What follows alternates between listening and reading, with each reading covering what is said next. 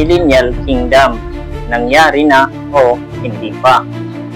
Iba-iba ang view ng mga mangangaral tungkol sa 1,000 taong paghahari ni Kristo. May nagsasabi na tapos na daw maghari si Kristo dahil 2,000 years na ang mundo na pinaghaharian ni Kristo. Lampas na daw tayo sa millennium. Ngayon, tingnan natin ang kaganapan sa Millennial Kingdom. Kung naganap na ba ang mga pangyayari o magaganap pa lang. Hayaan natin ang Biblia ang sumagot. Una, bago magsimula ang 1,000 taong paghahari ni Kristo sa mundo, ay igagapos muna si Satanas sa loob din ng 1,000 taon at itatapon sa napakalalim na hukay saka isasara at tinatakan upang hindi makapandaya sa mga bansa. Ibig sabihin, puno ng kapayapaan ang mundo sa panahong ito. Revelation chapter 20 verse 1-3.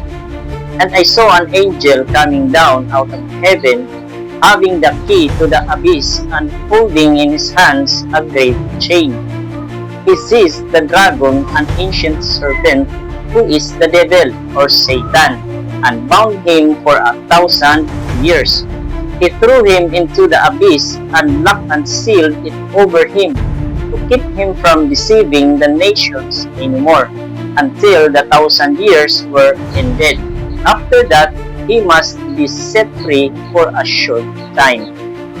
Pangalawa, ang mga pinugutan dahil sa pagpapatotoo kay Jesus at sa salita ng Diyos ay nabuhay at kasamang naghari ni Kristo sa loob ng 1,000 taon.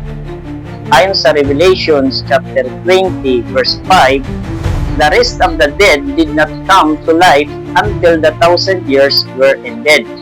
This is the first resurrection.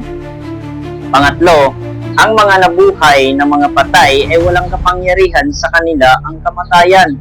Ibig sabihin, sila ay mga immortal o hindi na makakaranas ng kamatayan. Ayon sa Revelation chapter 20 verse 6, blessed and holy are those who are share in the first resurrection.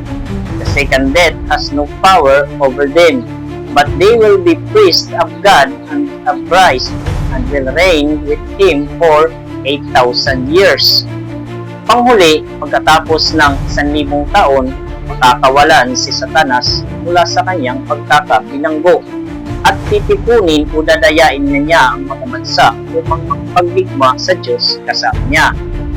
Revelation chapter 20 verse 7-8.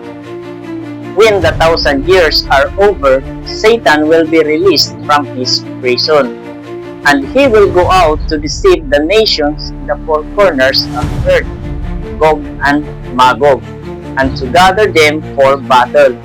In numbers, they are like the sand in the seashore. Ngayon, ayon sa ating napag-aralan na wala pang ganitong pangyayari na nabuhay ang mga pinugutan dahil kay Jesus, nabuhay na maguli ang mga patay at walang kapangyarihan sa kanila ang pangalawang kamatayan, tinapos sa loob ng 1,000 taon si Satanas at pinakawalan pagkatapos ng 1,000 taon. Dinaya ang mga bansa upang tipunin para digmain ng Diyos. Kaya malinaw na ang Millennial Kingdom ay managanap sapagkat ito'y future events.